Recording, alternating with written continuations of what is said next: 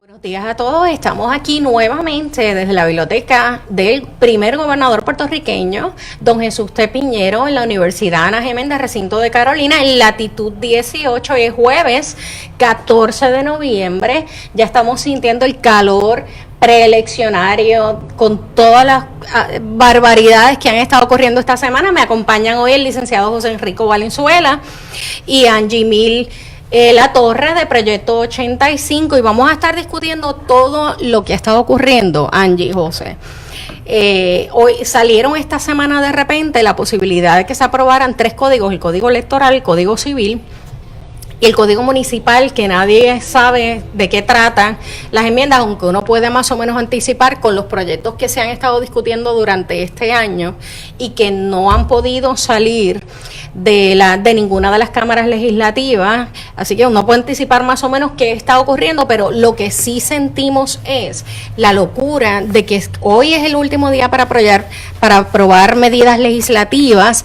El martes que viene es el último día para aprobar proyectos en conferencia legislativa, y lo que estamos viendo hoy, esta semana, es que se avecinan las elecciones, y en este caso lo que es la administración que está en poder ahora mismo, el gobierno, tiene una agenda que aprobar, y eso pasa todos los cuatrenios, lo dejan para última hora. Están lo que quieren aprobar porque supuestamente está en su plataforma de gobierno.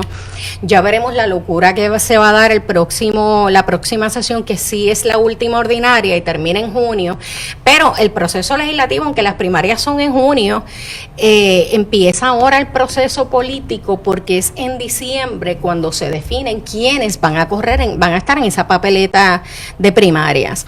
Así que el proceso es ahora. Si la gente piensa que en junio del 2020 es que usted va a votar por los candidatos, o en noviembre del 2020, es ahora en diciembre cuando se definen quiénes van a ser esos candidatos. Así que vemos un Tomás Rivera Schatz y un Johnny Méndez apurados con lo que es su clientela política, tratando de cumplir particularmente el Código Civil, que vamos a hablar ya mismo, que se ha echado a un lado, pero esta semana lo que se aprobó ayer fue lo del Código Electoral. Nadie está muy claro qué es lo que se ha aprobado en ese Código Electoral. Se ha hablado de un voto virtual, de hacer más tecnológico el proceso y establecer lo que es un voto virtual para el voto ausente, los encamados y los no videntes, y ya hemos escuchado las voces de alerta por la posibilidad de un fraude. ¿Qué necesidad hay de estar aprobando un código electoral sin el consenso de por lo menos los que están representados en la Cámara, en ambas cámaras legislativas, que tenemos 3 partidos y un independiente? ¿Qué necesidad hay de estar haciendo esto a la trágala? Yo no sé cuáles son las posiciones de ustedes y el asunto de la transparencia. Pues yo, muy buenos días todavía. Ha reseñado básicamente lo que está ocurriendo en Cámara y Senado, y pues hay que añadir también el hecho de que la situación de lo que ocurrió en verano de 2019 atrasó mucho también el proceso legislativo, porque trastocó, yo diría, que la vida de todos los puertorriqueños, y más aún de los políticos que tuvieron que tomar una pausa en ese momento para atender y abordar esa situación, y la inestabilidad que se creó por la incertidumbre, que no se sabía quién iba a ser el gobernador, por casos que llegaron hasta el Supremo, por ejemplo, y esto pues en cierta medida atrasó el trámite legislativo, y a su vez también creó una conciencia colectiva mayor, porque ahora las personas o los ciudadanos estamos conscientes y exigimos mayor participación en todos estos procesos. Sin embargo, la Cámara y el Senado, por lo menos el Senado específicamente, tuvo la reacción, yo diría, visceral y contraria a lo que la gente quiere, que fue cerrar las gradas, para, en cierta medida, agilizar, según ellos, el proceso legislativo, lo cual terminó también creando más incertidumbre en la población.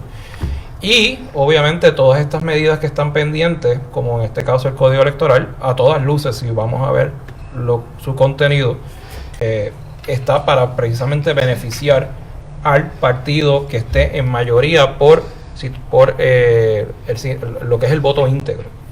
Y eso, en cuanto a lo que es la nominación del comisionado, el presidente de la Comisión Estatal de Elecciones, también ha sido trastocado con esta enmienda a lo que es el Código Electoral, porque está perpetuando en el poder a los que voten de manera íntegra para que sea ese candidato a presidente nominado por ese partido. Pero José, te tengo que interrumpir algo. Sí. Tú escuchaste pelotadura esta semana. El presidente de la Comisión Estatal de Elecciones está clueless. Él no sabe qué enmiendas, no sabe nada. ¿Cómo es posible que un día antes de la aprobación del código en el Senado, el presidente de la comisión que ellos nombraron, el presidente de la Comisión Estatal de Elecciones no sabe cuáles son las enmiendas y no se les han consultado? Y no tan solo eso, si ya de por sí está dando esa... está rompiendo con la tradición del consenso que siempre ha existido en la Comisión Estatal de Elecciones. En materia electoral, todo lo que tiene que ver con decisiones hasta de recusación en algunas instancias, hasta en situaciones como nominar tan fácil como un presidente, que siempre ha sido por consenso. Y vimos cómo el verano pasado y anterior a eso, durante el año 2017, explotó el famoso chat donde un juez que precisamente fue nominado como presidente de la Comisión Estatal de Elecciones, ahora mismo está enfrentando cargos y me parece que se declaró culpable por unos delitos menos graves y fue destituido como juez por haber exigido a los demás y los demás exigiéndole a él el votar y el tomar determinaciones judiciales según se lo dictaba su propio partido. Oye, y si nosotros tenemos eso, que fue tan reciente como en el 2017-2018 y parte del 2019, porque ahora fue que el caso vino a terminar, sí, de este juez, de apellido Sáenz, y tú vienes a hacer unos cambios al Código Electoral que precisamente lo que hace es darle más poder al partido de mayoría para crear este tipo de circunstancias nuevamente, cuando se supone que sea todo lo contrario. O sea, a mí me parece que ya de por sí con esa actuación de parte del Senado se está autocancelando ya la argumentación de crear un código electoral nuevo, porque lo que está haciendo es perpetuar el problema y darle más poder precisamente a la mayoría que tenga ese partido por el voto. Pero fíjate, tú dijiste algo bien que yo puedo estar y no estar de acuerdo con ello. Sí, el verano de 19 atrasó mucho de lo que era la actividad de gobierno. Entonces atrasó, pues mira, a lo mejor lo del Código Civil, el Código Electoral, pero se supone que también redefine, Angie, yo estoy segura que tú estás de acuerdo conmigo, redefine y tú podrías entender que el gobierno debía haber estado con el oído en tierra haciendo ajustes y parece que nada, como si nada hubiese ocurrido en verano. Bueno, yo te puedo dar mi perspectiva. Hola, Angie Latorre, y tengo que hacer la diferencia de... Yo participo en Proyecto 85, pero no soy de los organizadores de Proyecto 85, que es tremendo proyecto, by the way. Estoy aquí como empresaria y como ciudadana, así que yo estoy aprendiendo de todo esto, yo no estoy envuelta en esto todos los días, pero mirándolo como empresaria y como persona que busca eficiencias y que las cosas funcionen. En realidad, primero, yo no entiendo que esto se atrasó por el verano del 19, para mí, que eso no es un issue, porque por lo que entiendo, cada vez que están cerrando, tú sabes, sus sesiones o bares, esto es crisis by design, una crisis por diseño. O sea, por lo que entiendo, siempre pasa lo mismo. Pues que ellos como que no estuvieron aquí. Yo creo que ellos estaban de vacaciones en el verano del 19. Hay que ser, tú sabes, más proactivo, entonces hay que ser más proactivos como legisladores, número uno. Número dos, por lo menos en todo esto que tiene que ver con la parte del consenso, entiendo yo por la reforma la reforma que se hizo en 2014, si no me equivoco, antes de las elecciones anteriores, tampoco se hizo como se debía hacer, que fuera un proceso inclusivo y de consenso. O sea, que esto es ya cultural, no, o sea, por lo que he escuchado nuevamente. Cada administración lo tira para su lado. So no creo que eso es un issue. Aquí, en la parte, cuando estaba leyendo lo de la reforma y el proyecto como tal, en la exposición de motivos, creo que es que empieza el proyecto, es interesante porque todo lo que conversa es sobre buscar eficiencias y aprovechar la tecnología como un vehículo para, tú sabes, esas eficiencias. Lo cual Yo creo que hay que, o sea, como empresaria nuevamente, o sea, tenemos que primero hacer un assessment de qué es lo que nosotros tenemos ahora mismo que no está funcionando.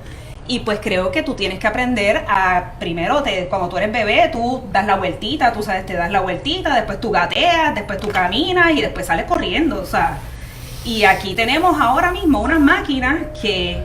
Millones que se gastaron. Oye, que by the way, estuve teniendo una conversación esta semana también cuando estaba esperando para que me dejaran entrar a las gradas, porque yo fui una de las 2 personas que estábamos allí que no nos dejaron entrar. 2 damas, by the way. Voy a decir by the way mucho. Y está bien, está bien cómico porque yo no estaría ni en la conversación del cómo. Nada de estas cosas de eficiencias de oficinas y lo de que si el voto íntegro. Yo creo que esas máquinas ni sirven. Están eso, hablando de voto virtual, exacto, y todavía las de voto electrónico no se les ha dado mantenimiento, están dañadas. No lo hemos mantenido. Y no hay ni un solo caso, creo que es Rumania o algo extraño por Eastern Europe, que es lo que donde ellos acogen que esto está practicando. Pero en todo Estados Unidos hay una tendencia de que esto del voto digital o whatever, virtual, no funciona, no es recomendado. Todo el mundo está regresando. Es como yo soy bien digital, bien tecnológica, pero si yo tengo un documento que tengo que revisar, yo lo imprimo, ¿ok? Hay cosas que hay que cogerlo con calma. Planteas algo bien importante, que siempre han insistido por el voto electrónico cuando está un partido de mayoría en el poder. Sí. Las razones pueden ser múltiples. Obviamente, si vamos a la historia, en la elección de 2016, todavía se sigue hablando del supuesto fraude que hubo en la elección por método electrónico por la supuesta intervención de Rusia en Estados Unidos. En el año 2000, cuando fue la elección, que todo el mundo sabe que se la ganó el vicepresidente Gore, también vino ese issue precisamente del voto electrónico y cómo se invalidaron unos votos, etcétera, y al final siguió siendo el presidente George W. Bush. Y podíamos regresar a ver. Exacto, pero aún así, en el 2000 hubo votos que no se pudieron nunca contabilizar porque precisamente no cumplían con los requisitos de las máquinas. O sea, este issue del voto electrónico es altamente sospechoso cuando tú impulsas el mismo, aún tú teniendo en Puerto Rico el escrutinio electrónico, que es otra cosa distinta, que es tú contabilizar las marcas que ya se hicieron a mano. Y entonces, si tan siquiera tienes la solución al problema, que es poner en update o en actualización a esas máquinas por deudas que tienen anteriores, y me estás hablando de voto electrónico, o sea, y virtual. O sea, es como yo tratar de comprar 500 computadoras y se me vaya la luz todo el tiempo en el centro donde las quiero instalar. Y dime dónde está eso funcionando. Nosotros los empresarios hablamos del benchmark. Lo que se ha hecho es cuestionarse, porque en Estados Unidos confían en ellos. Donde dicen que esto está funcionando, que logra todo lo que ellos prometen. A Trump le funciona. Bueno, pero ahí vamos. Entonces todo el mundo está yendo para atrás porque saben lo que puede pasar. No, o sea, nada más con la exposición de motivos. Yo digo que todo este proyecto... ¿Sabes qué? Yo estaba escuchando argumentos de gente en la radio que dicen contra, pero es que ya somos una sociedad que compramos con Apple Pay, pagamos con el teléfono, compramos por internet por Amazon, pero no es lo mismo. Yo cuando pido en Amazon, yo estoy segura de lo que pagué, chequeo mi tarjeta de crédito, ahí está, no me cobraron de más y el producto llega. No hay forma de que mi voto virtual, de que yo pueda fiscalizar mi voto virtual. No hay manera. Y el de millones de personas tampoco.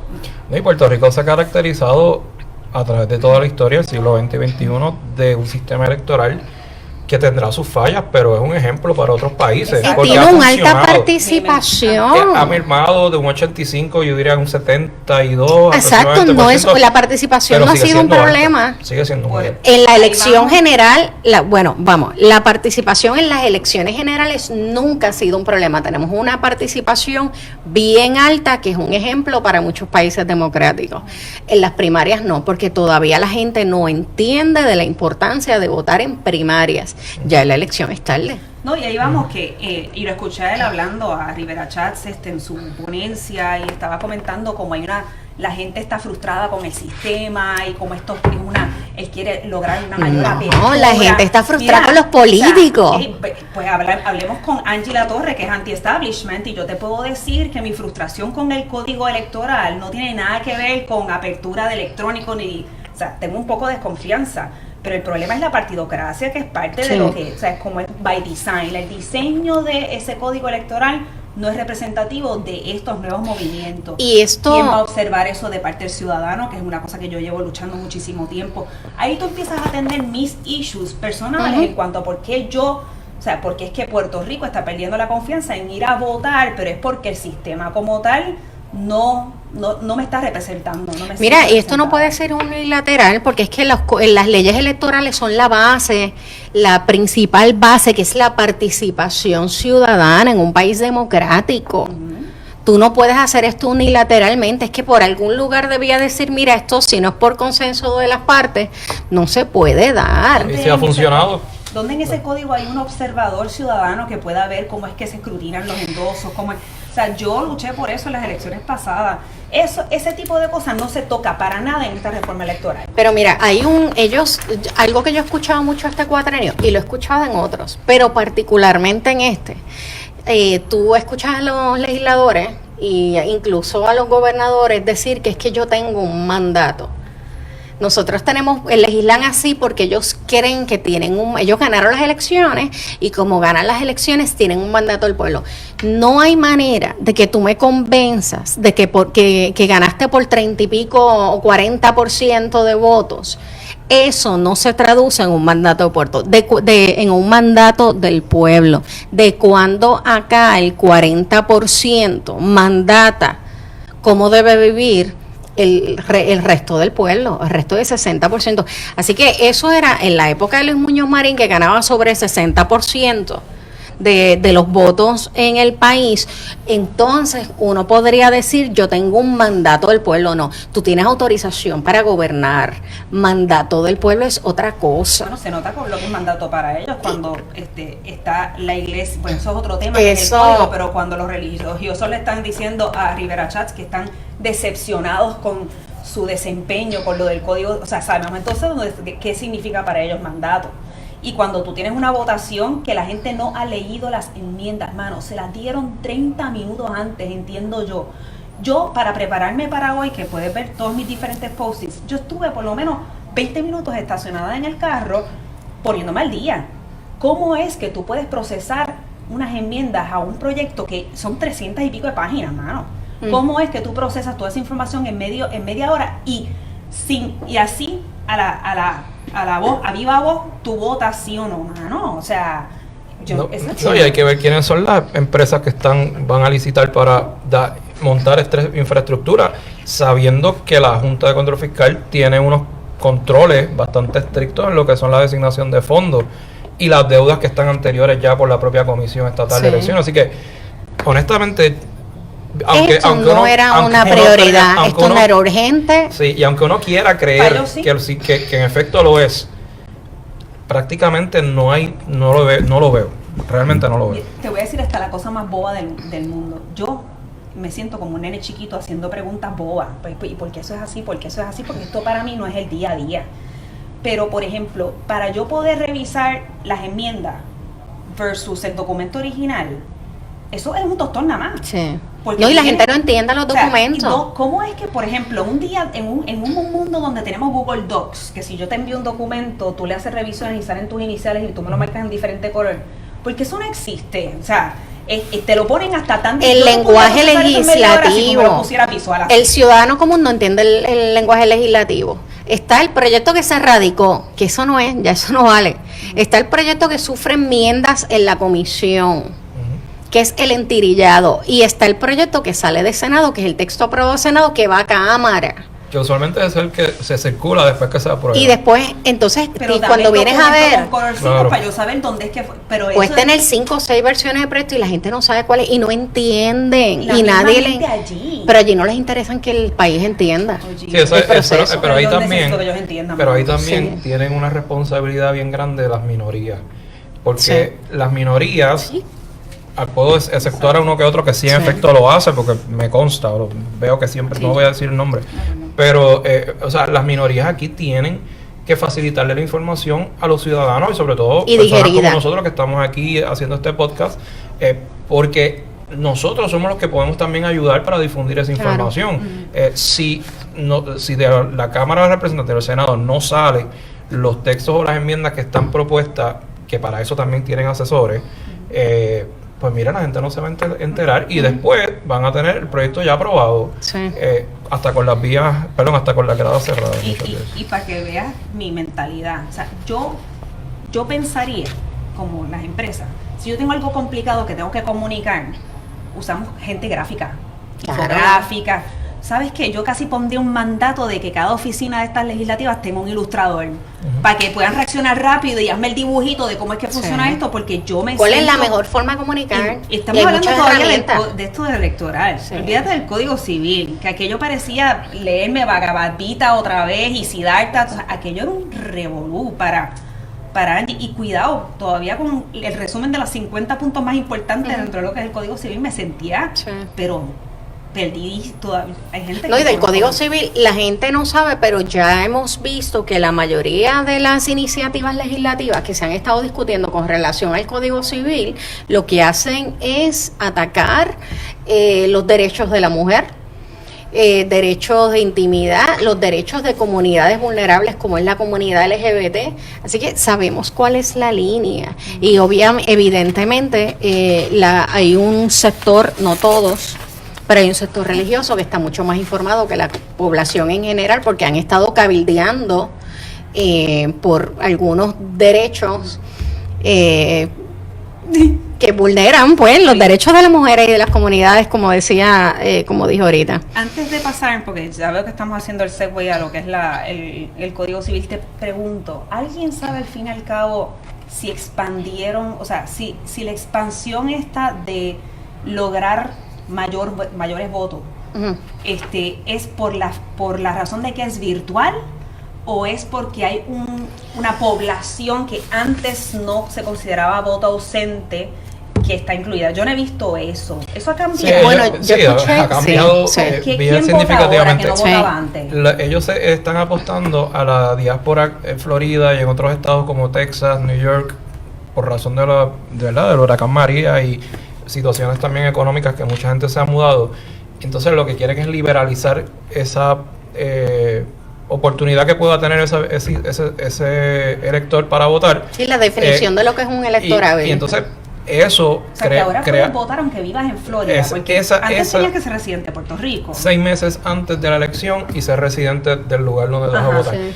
Al tú trastocar eso, precisamente por eso me levanta tanta sospecha. O sea, como una persona que puede venir aquí con la liberalidad que le han dado al texto, dentro del periodo de gracia, dice que está residiendo en Puerto Rico y tú lo vas a permitir votar, y cuando la persona tiene un domicilio y residencia distinto al de aquí. Y eso a mí me crea mucha incertidumbre y mucha suspicacia, porque al final del día, los hermanos que se han mudado, etcétera, sí pueden tener su derecho al voto, pero tienen que residir en ese estado o en esa jurisdicción. O sea, eso es democracia 101. Usted, por ejemplo, váyase a otro estado y trate de hacer eso para que usted vea que lo van a recusar. A mí me preocupa eso. Yo escuché a Tulio Acevedo, claro que él entiendo que debe tener más información que nosotros, y lo escuché decir en una entrevista en televisión que ahora la definición de elector, de quién era elector hábil, es el domiciliado. Obviamente tiene que estar domiciliado en Puerto Rico, pero que es el elector el que define dónde está domiciliado. Pero es que eso no es así, porque yo puedo estar en Florida y decir, no, mi domicilio es en San Juan.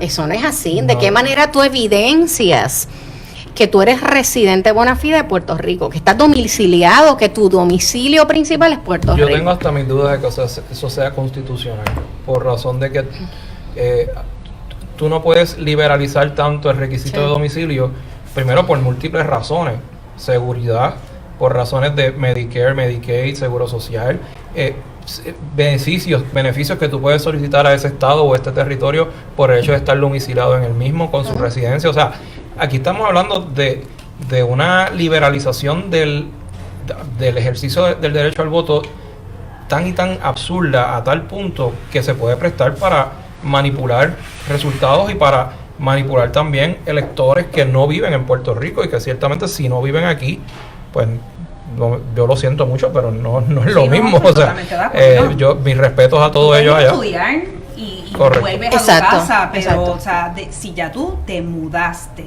Ujú. Sí. I'm sorry, no. No, es terrible. De verdad que lo que está pasando y de la manera en que se está dando, que es lo peor, que es un problema enorme, que es el asunto de la transparencia, de no querer, simplemente no querer dar la información. Y no a los legisladores de minorías, al pueblo en general.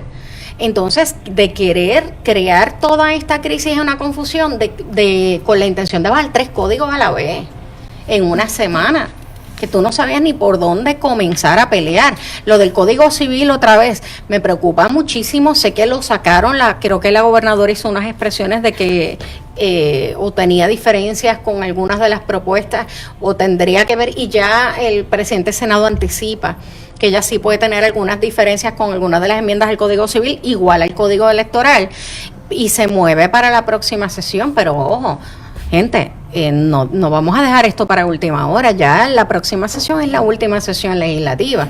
Oye, y con el Código Civil están trabajando desde que yo estuve estudiando Derecho en el año 99 al 2002. O sea, esto no es algo nuevo. Lo que sí es nuevo es buscar la manera de limitar los derechos ya adquiridos, que sean inclusive reconocidos por jurisprudencia, porque el Código Civil todavía no ha sido actualizado, porque la última revisión fue en el 1930. O sea, que eso es lo más que duele, que ya el trabajo está hecho. Sí. Y lo que han prácticamente realizado aquí es crear un overlapping o solapadamente integrar cosas que tienen que ver con ideología religiosa más que nada, de una manera sub silencio o por debajo de la mesa, para que la gente no se dé cuenta, y al final del día van a terminar en los tribunales con asuntos constitucionales de challenges o de retos constitucionales, porque son derechos que han sido adquiridos. Sí. Y estamos hablando, por ejemplo, el caso del aborto. Yo estoy en contra del aborto por unas razones religiosas, pero ese es el Estado de Derecho y son unos derechos adquiridos. Y de ahí a tú imponer como legislador tu criterio religioso sobre lo que es el Estado de Derecho reconocido por el Tribunal Supremo de Estados Unidos, pues a mí me parece que es bien preocupante. Pero es que has dado en el clavo, es precisamente eso. Yo puedo personalmente asumir una postura a favor o en contra del aborto, pero eso no quita que yo le quiera coartar el derecho a otra persona de decidir sobre su vida, que es distinto, independientemente de si yo estoy a favor o en contra. Yo, nuevamente mirando esto del lente de negocios, tengo que decir que esto no es para nada eficiente, o sea, de la manera que manejan este tipo de legislación. Por ejemplo, una cosa, y con todo eso es un tostón, lo que es el proyecto de la reforma electoral. Sin embargo, el Código Civil es un monstruo. O sea, cuando tú trabajas en negocio, tú tienes que ser ágil y tú divides los proyectos grandotes en cantitos. Para tu poder, es que por eso es que digo, les conviene, porque por estrategia lo que hacen es un revolú para que la gente se pierda. Pero en realidad ese proyecto, ese Código Civil es tan robusto. Sí.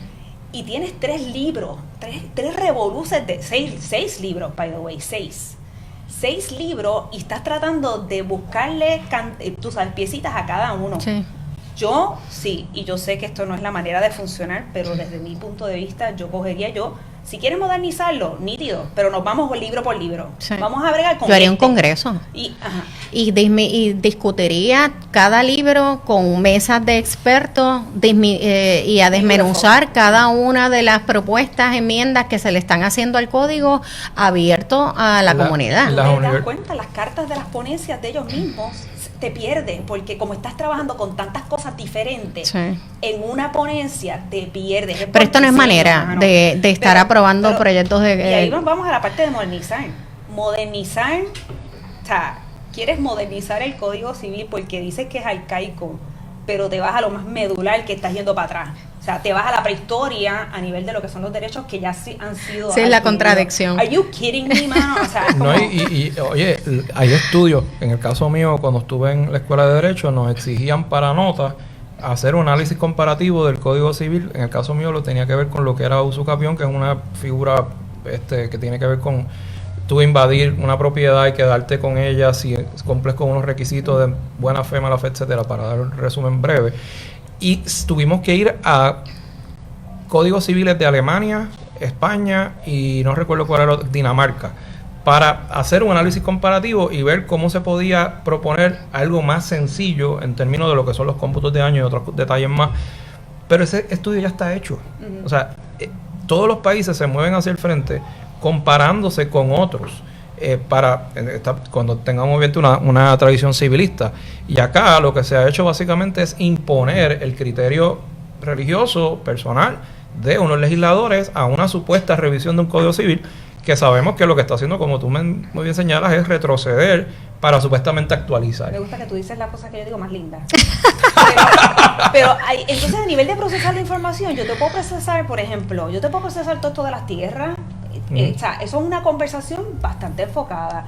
Y lo del sol y el agua, o sea, hay cosas interesantes ahí, no está todo descartado. Pero no me metas eso en la misma conversación del nasiturium o tú sabes, mano, claro. O sea, son temas totalmente diferentes y entonces es canibalizar, eso en mercadeo es canibalizar.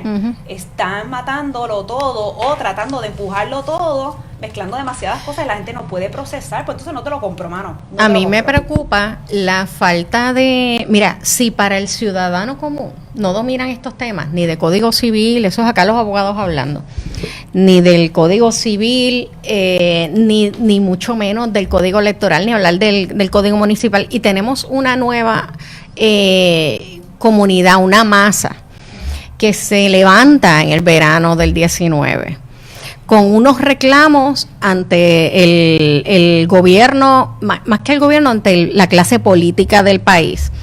Y ellos no entienden, o sea, es bien difícil porque, como decíamos ahorita, no hay nadie educando con relación a los derechos, no hay nadie educando con relación a los issues que están afectando al país. Y no entienden que el poder y la necesidad que hay de que ellos se movilicen para votar, porque ellos menosprecian mucho el voto. Es como que las elecciones siempre salen lo mismo, siempre ganan lo mismo, se sube aquel, baja el otro y con eso no logramos nada. Oye, y las manifestaciones son bien importantes porque es la expresión directa del pueblo, pero hay que ir a votar y yo estoy bien preocupada por ese asunto. Yo no sé, ahora recientemente hubo una elección especial en el Partido Nuevo Progresista y me consta que había muchos jóvenes estadistas participando de las manifestaciones el verano del 19. Yo no creo que ellos hayan participado de esa elección especial. Y no participan porque no creen en eso, porque eso no resuelve nada. Oye, esa línea me preocupa. Definitivo, porque no es bien difícil creer de que todos los que estuvieron manifestándose, incluyéndome que se dirige en el pasado verano de 2019, todos somos comunistas y socialistas e independentistas. O sea, eso no es cierto. Y era una mayoría significativa. Lo que quiero decir con esto es que de esa mayoría, con mucha certeza, hay bastantes que pertenecen al Partido Nuevo Progresista, sí, o son estadistas y por ende tienen que integrarse en el proceso, pues, sobre todo de primaria y en esta elección especial, porque 2 senadores fueron electos por múltiples razones que tuvieron que salir otros 2. Y si ustedes no se integran en ese proceso de filtro, porque eso literalmente es un filtro para determinar quiénes van a ir a la papeleta, pues entonces no se esté quejando después, en el 2021, cuando juramente la nueva Cámara y Senado, sobre todo en la Cámara y Senado, de que los legisladores, esto y lo otro, pero fue porque usted no quiso participar. Y eso está mal. Al tema que tú habías puesto desde el principio. O sea, el 30 de diciembre vamos a ver el menú de opciones que tenemos, para que entonces también del menú salgan en primaria, si es que estos partidos, tú sabes, para elegir los mejores, para que entonces en noviembre tengamos los mejores candidatos. O sea, esto es una escalera. Si tú no aseguras que para el 30 de diciembre tengamos buenas opciones, sí, o sea, eso es, olvídate que estamos chavados. Pero también, por otra parte, lo que estás hablando es un tema de educación, mano. Esto es un tema de educación, hay que educar a la gente. O sea, a mí misma me tienes que explicar las cosas en arroz con habichuelas y las repercusiones de mis decisiones ahora. Si tengo que ir a votar, explícamelo, pero pónmelo gráfico. O sea, tenemos que empezar a bajar la comunicación, porque no es ni desinformación, es comunicación no efectiva por diseño. O sea, te voy a confundir, te voy a crear toda esta crisis para que tú no puedas procesar y digas, pues ya, shutdown, cierra el sistema. Sí, pero también tengo que añadir que después se van a otros programas de entretenimiento a hacer payasadas, a jugar y a hacer actuaciones populistas, por llamarlo de alguna manera, y eso sí la gente le gusta y nosotros lo permitimos. Sí. Entonces no se va al detalle de cuáles son las propuestas en palabras sencillas. O sea, el político es bien hábil en ellos tratar de distanciarse de la sociedad en situaciones clave como son este tipo de discusiones, pero para otras cosas lo ves bailando y haciendo el ridículo en distintos medios de comunicación. Entonces, pues la gente se compra eso. Hay un grupo que compra, hay un mercado para eso. Exacto. Y el objetivo precisamente de este podcast es romper con eso y no necesariamente dejarnos de divertir, ¿verdad? Pues los medios de comunicación tienen mucha responsabilidad, porque es más fácil para ellos vender los chabacanos que hacer el esfuerzo para educar. Pero eso, y se pueden hacer ambas. Yo soy de los que creo que con la comedia tú puedes dar mucha información. Bueno, a mí me gusta la comedia. De hecho, lo que estábamos hablando ahorita de los political cartoonists. Gente, yo tengo una exposición de Mafalda y la influencia de los cómics, de las caricaturas activistas como eran Mafalda y como es de la nada. Rangi, que tiene un proyecto buenísimo como es Pepito, y el rol, que vamos a tener un conversatorio de eso y vamos a hablar más adelante, el rol de estos activistas en caricaturas, en el activismo social. Yo honestamente creo que hay que conseguirles un grant, o sea, dinero, fondear formalmente a los Rangi y los Pepitos de la vida y otras porquerías. Oye, ¿qué hacen ahora eso mismo, que tú dices? Que es dárselo masticado. Y empezar por no censurarlo. Ahora mismo, por ejemplo, y ahorita ustedes me ayudan y esto lo hacemos en otro capítulo, pero yo estoy tratando de entender cómo es que discúlpenme, pero cómo es que funcionan los senadores por acumulación, con ese tema de acumulación. Eso es.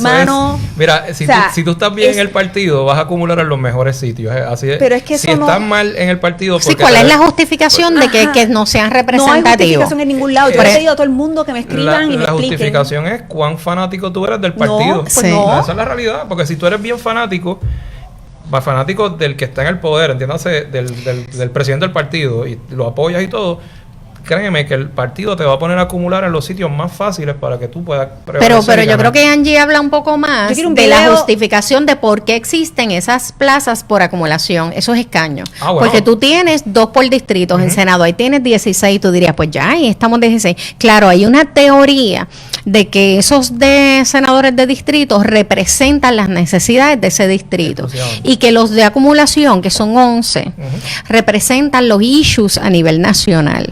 Eso es la teoría. Yo quiero que me lo expliquen con la piedrita aquí y el de esto acá para para que también la gente entienda, porque asumimos y dejamos de preguntar. Y también están en la Cámara.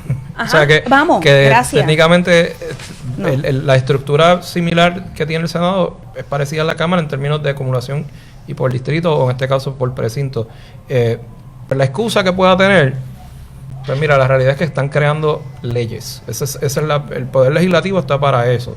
También para dar servicios a la comunidad directo. Pero aquí se ha desvirtuado eso del servicio a la comunidad directo porque ha sido el alcalde quien ha sustituido muchas veces las labores que se supone que hay un representante por distrito o precinto. O que eso es otra cosa que hay que hablar después. Correcto. Sí. Hay temas, hay que apuntar, hay que hacer post-its para todos estos diferentes temas. Pero mira, temas. estábamos hablando, volviendo otra vez al asunto generacional, obviamente nosotros mi abuela nació en 1897, antes que llegaran los americanos. Nació en el régimen bajo la soberanía española. Y obviamente vivió en un Puerto Rico que las generaciones que nosotros no conocimos.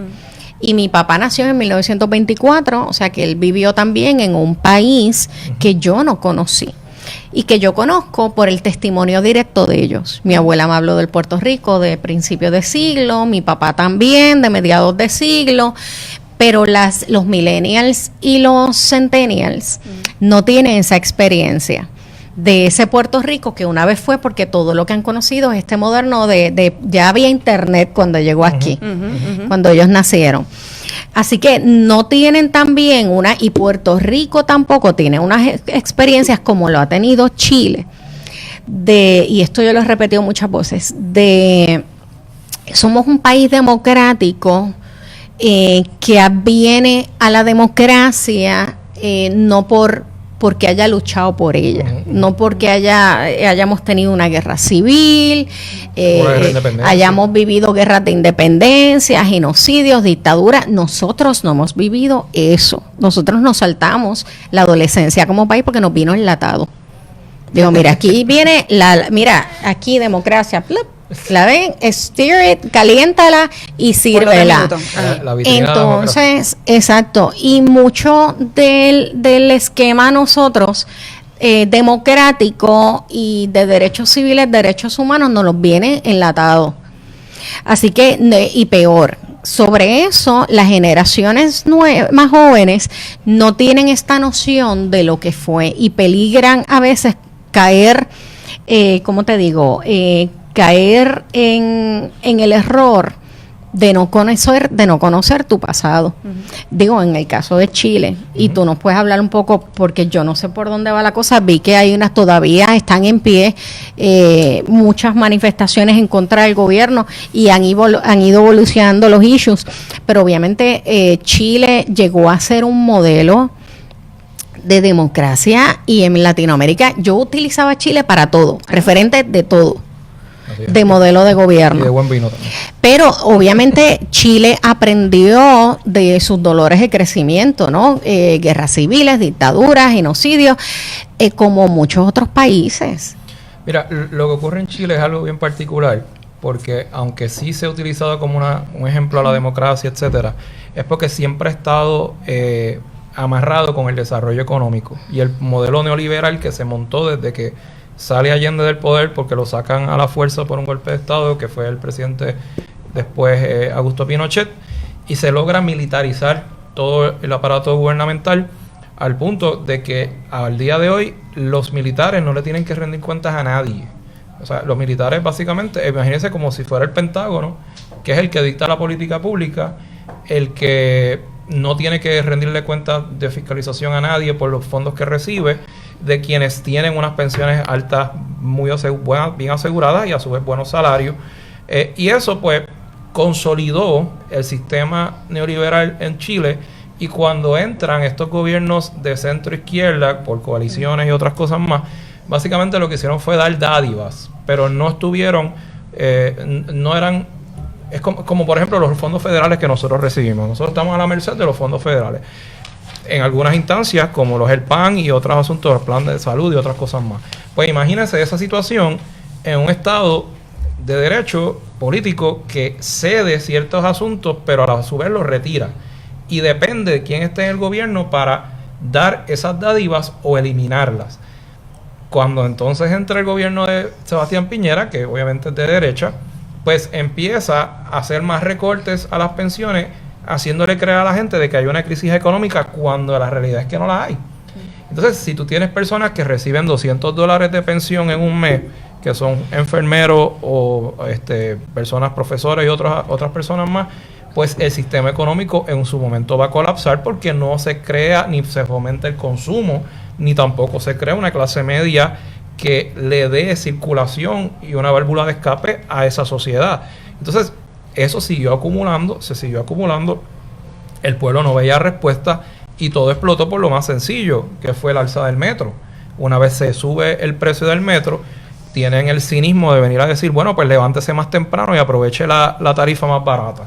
Pues, oye, eso cayó como bomba, y después viene el ministro de Transporte y dice, no, pero no tienen por qué quejarse porque las flores bajaron de precio y por ende usted puede compensar una cosa con la otra, ¿verdad?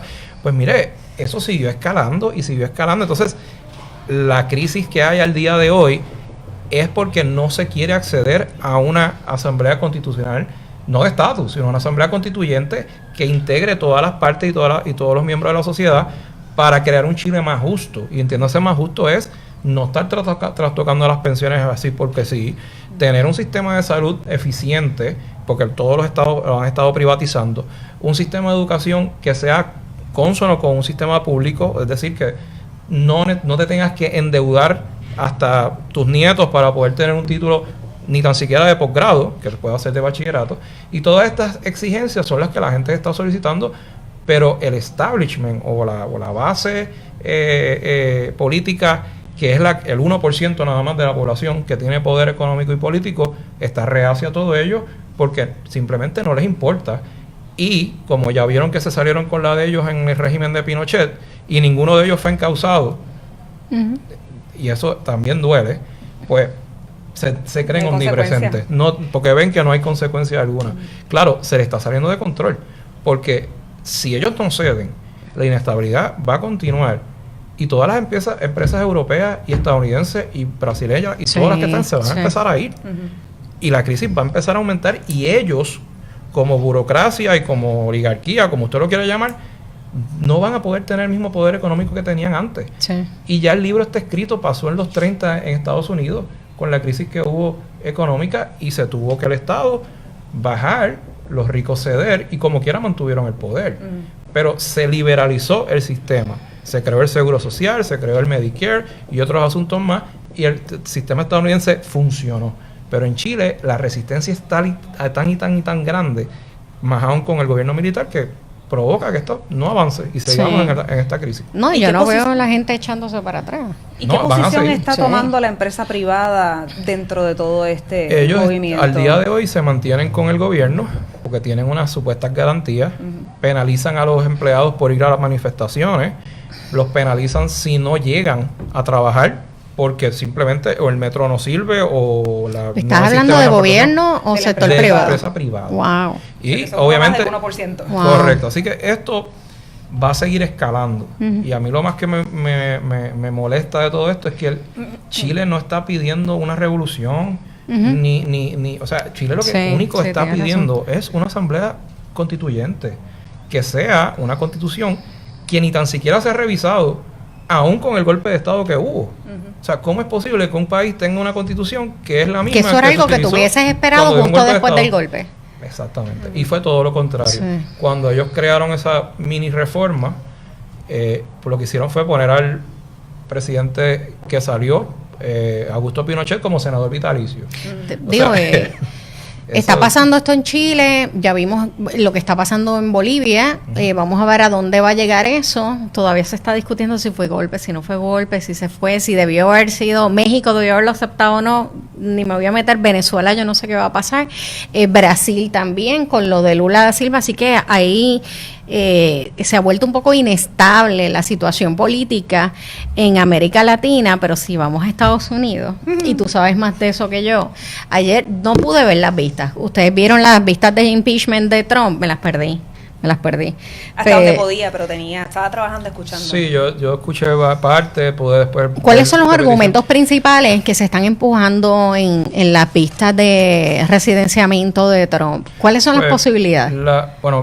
La realidad es que están tratando de armar un caso parecido al de Nixon en la época de los 70, porque se le está cuestionando a Donald Trump y a todos sus allegados sobre un supuesto envolvimiento de él con Ucrania y altos funcionarios de allá, con un quid pro quo, es decir, te doy algo a cambio de lo otro, de fondos federales que fueran asignados a Ucrania. No recuerdo si son 400 mil millones, no tengo claro cuánto es la cifra, pero supeditándolo con la supuesta investigación de Ucrania a Biden y a su hijo, al hijo de Biden, por unas empresas que ellos tienen allá en Ucrania y unos negocios que tienen. Así que el objetivo aquí de la Cámara de Representantes es crear un paralelismo entre lo que le pasó a Nixon, que fue influencia indebida, y utilizar el sistema de seguridad de Estados Unidos en contra del Partido Demócrata, que eso fue lo que básicamente se hizo en Watergate, y entonces Nixon renuncia. Y acá lo que se quiere hacer es algo parecido. La única diferencia es que estamos hablando de un país extranjero, y es bien difícil tú poder supina o citar a un primer ministro de otro país a que vaya a testificar en otro. Eso dudo que vaya a ocurrir. Ni entonces, lo van a querer hacer. Ni lo van a hacer, porque va a crear crisis internacional. Pero hay unos elementos que ellos están poco a poco armando para dar a entender de que en efecto aquí sí hubo una interferencia indebida por parte de Trump para afectar negativamente a Joe Biden, a través de la extorsión con el gobierno de Ucrania. Y sabemos que hay un whistleblower. ¿Ese es el único testigo fuerte o hay más testigos en contra de...? Han mencionado uno. Han mencionado Hay varios. Y así empezó toda la vista, con los republicanos insistiendo en que si ellos iban a tener acceso a ese whistleblower para ellos poder hacer su propia entrevista. Pero y a mí me sorprendió que arrancaran tan rápido con los testimonios. Usualmente el primer día de sesión lo que se hace es que se establecen las reglas y se pone un orden y se calendariza todo, y ellos arrancaron rápido con los testigos. Ahí no me porque no, por eso yo creo que está bien. Ahora, me parece que es una medida también política, más que nada, porque los representantes de la Cámara saben que en el Senado, si no hace mucho ruido ahora, todos esos 53 senadores republicanos, que la mayoría solamente es por 2 nada más, para convencerlos para que voten va a ser bien difícil. Así que ellos tienen que arrancar con evidencia Además sólida. que Trump va a hacer todo un circo de este asunto. En resumen, ayer, de todo lo que pasó, lo que están diciendo es que it didn't move a needle, o sea, no movió a nadie. Y esto no va a pasar nada.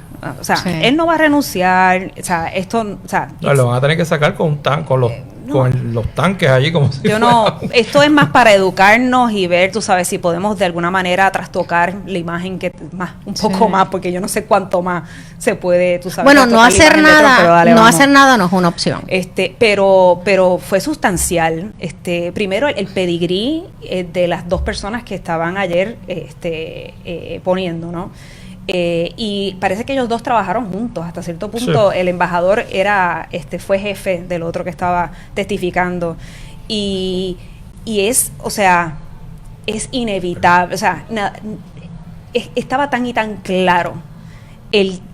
A mí me sorprendió muchísimo que estaban diciendo de cuán desesperado. Él había dicho que para septiembre 1 él ya iba a tener que renunciar, porque le daba vergüenza el tener que seguir dando la cara a los líderes de Ucrania, sabiendo que 4 personas mueren diariamente y que seguían aguantándole los fondos sin decirle cuál era el next step, qué es lo que iba a pasar. Definitivo, y para que la gente sepa, Ucrania tiene una guerra fría, casi a punto del borde de irse a los tiros con Rusia. O sea, que estamos hablando de vidas. Y ellos están utilizando, por lo menos los testimonios que salieron ayer a la luz, de extorsionar a estos funcionarios del gobierno diciendo, oye, te voy a dar el apoyo económico siempre y cuando entonces tú me descarriles a Joe Biden. Y eso, a todas luces, eso es extorsión. Sí. Mientras Giuliani está reuniéndose con todo el mundo allá. Sí, la situación política en Ucrania está bien... Que tienes que reunirte con el abogado de Trump.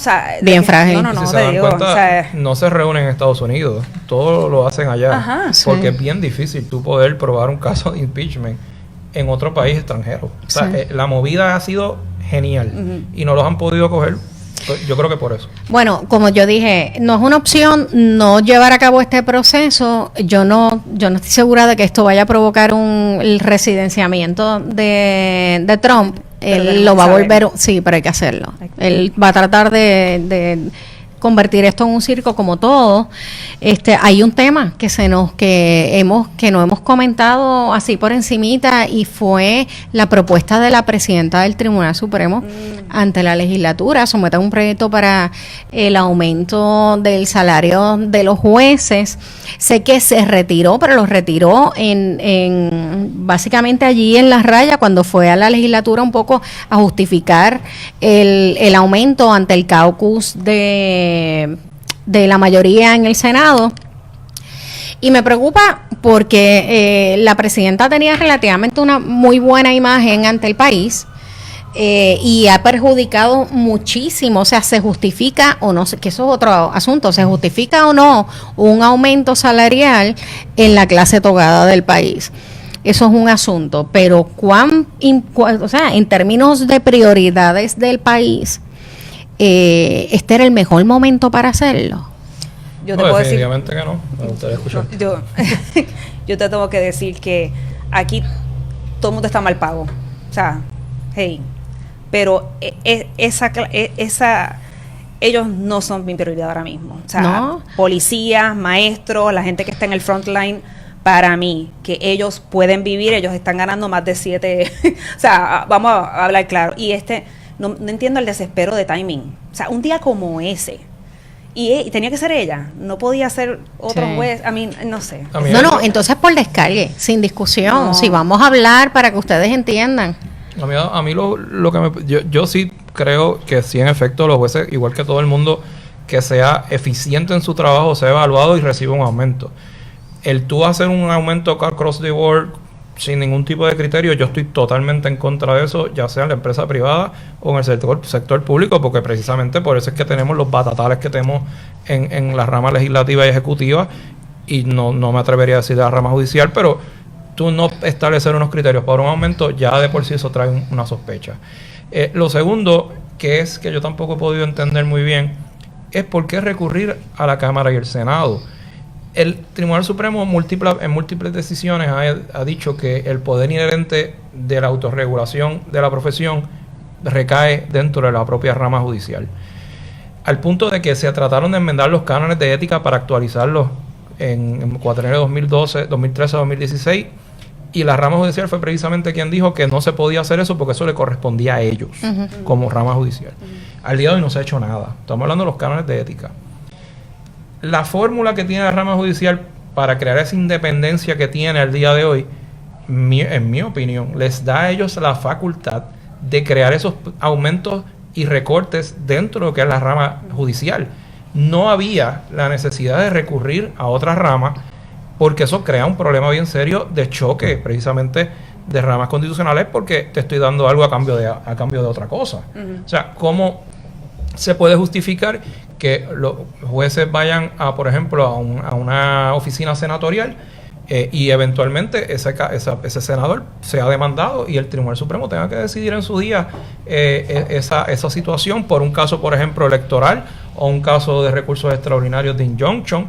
Así que a mí me creó esa suspicacia y no lo vi con buenos ojos por la forma en que se hizo.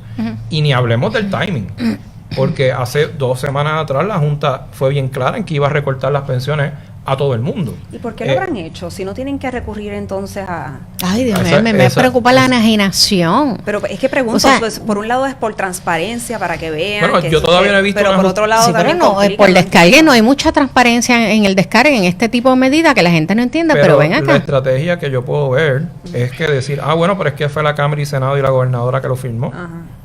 Yo lo solicité, ellos me lo dieron. Ujú. Y si esa es la estrategia, pues crean que le salió bien mal. Porque estás equiparándote a las otras 2 ramas que son políticas, que no son la independiente, que todo el mundo le tiene fe todavía y respeto, en el caso mío todavía la tengo, que es la rama judicial. Bueno, esto lo que ha hecho es desviar la atención de problemas volviendo. Esto es ruido. Tenemos encima el Código Civil, el Código Electoral.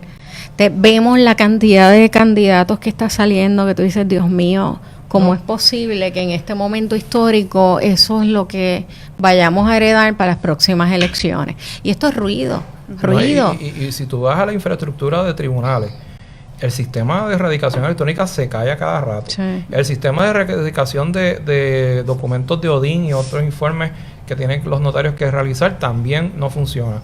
Váyase a la sala de San Juan y verifique allí los hongos, los asbestos. O sea, Ay, es que vamos, hay o sea, prioridades. sí. Eso para mí es una prioridad. No, y si tienen economía, yo estoy a punto de quitársela. Si yo No, digo, porque de pues va, repente- tienes economía, nada si más que tienen porque chavo, exacto. yo tengo que cuadrar un par de agencias aquí que están en el yo piso. lo invertiría en ellos mismos, pues que funcione el sistema, porque Exacto, esas y si quejas es- son Oye, crasas. mira, y si ellos se justificaban los aumentos y el dinero venía de sus propias economías y ahorros, aunque uno pueda estar en contra de que se den aumentos o no, pues no había una crítica tan fuerte como ha tenido de toda la población, porque si tú estás administrando bien tu casa y tú te quieres remodelar y hacer otras cosas más, pues eso es tu derecho. Y en esta situación, si ellos tienen esas economías, deberían invertirlas en cosas esenciales. Y si sobraba, pues entonces aumentos. Pero no me vengas entonces a pedírselo a la Cámara y Senado para entonces después decir que fueron ellos los que te lo Mira, y dieron. tenemos la costumbre también de estar comparándonos con el nivel de vida de Estados Unidos. No somos. O sea, el costo de vida es distinto. Sí, lo que gana la gente en este país es diferente a lo que se gana en Estados Unidos. Es diferente. No somos iguales. Y esta tendencia a querer estar equiparando, ¿no? Porque si allá ganan tanto, nosotros deberíamos estar igual. Pues no.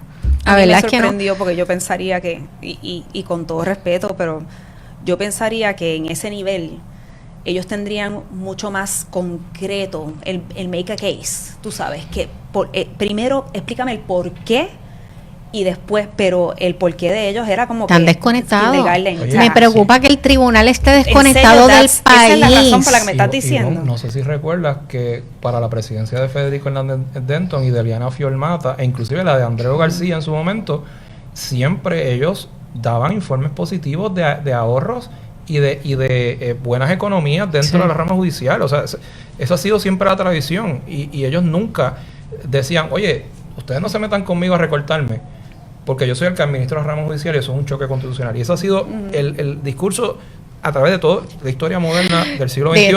Y ahora de momento empiezan a pedir Estaba escuchando que le estaba dando, que ellos decían que les daban trabajo reclutar jueces porque no están bien pagos. Y yo digo, pero es que ellos no son los que reclutan.